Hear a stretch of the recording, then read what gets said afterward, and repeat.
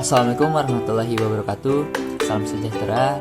Semoga kita selalu dalam keadaan sehat walafiat dan semoga kita selalu dalam lindungan Allah Subhanahu wa taala.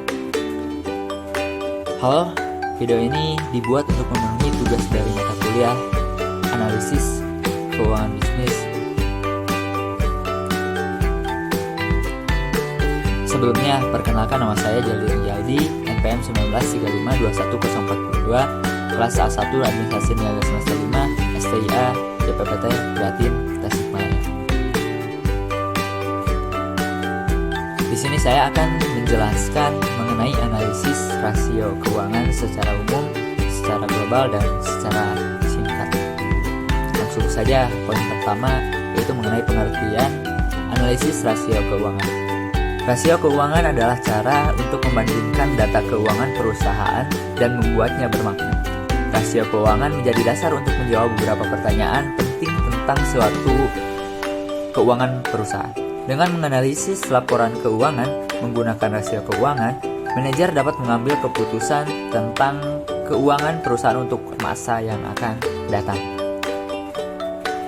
Hasil analisis rasio keuangan dapat memberikan gambaran yang komprehensif tentang keadaan saat ini perusahaan atau kegiatannya selama periode tersebut. Perusahaan khususnya manajemen menyadari akan kondisi, posisi, dan kegiatan yang ada sehingga dapat mengevaluasi dan meningkatkan upaya yang dianggap perlu di masa yang akan datang. Artinya, manajemen berusaha untuk memperbaiki kelemahan dan kelemahan-kelemahan lain di dalam laporan keuangan.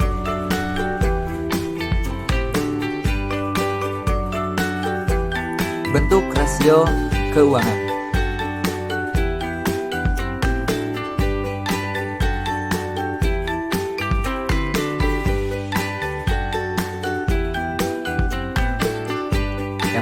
Yang pertama ada rasio lancar.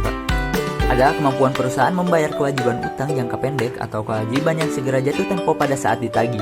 Artinya jumlah aset lancar yang tersedia untuk menutupi kewajiban jangka pendek yang akan segera jatuh tempo. Yang kedua ada quick ratio, adalah rasio uji cepat yang menunjukkan kemampuan perusahaan untuk membayar kewajiban jangka pendek dengan aset lancar tidak termasuk cadangan. Di bawah itu adalah rumus yang dapat digunakan untuk menentukan keduanya. Yang ketiga adalah inventory to net working capital. Rasio ini mengukur atau membandingkan jumlah persediaan yang ada dengan modal kerja perusahaan. Modal kerja terdiri dari pengurangan antara aset lancar dan kewajiban lancar. Rumus untuk menentukan inventory to net working capital ada di bawah ini. Yang keempat adalah cash ratio. Rasio kas adalah ukuran jumlah yang tersedia untuk melunasi hutang.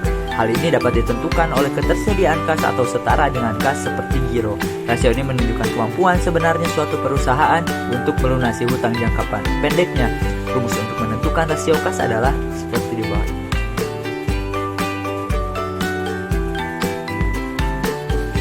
Selanjutnya, fungsi analisis rasio.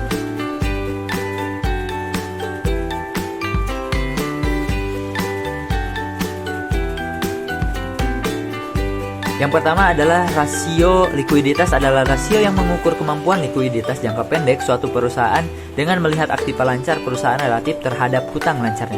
Yang kedua, rasio perputaran persediaan mengukur aktivitas atau likuiditas perusahaan dilihat dari ketersediaan barang. Rasio ini menunjukkan efisiensi di mana perusahaan menggunakan seluruh aktivanya untuk penghasilan penjualan. Yang ketiga, rasio aktivitas menunjukkan tingkat efektivitas penggunaan aktiva atau kekayaan perusahaan kepada Anda. Yang keempat, rasio merupakan menunjukkan tingkat imbalan atau perolehan dibanding penjualan atau aktiva.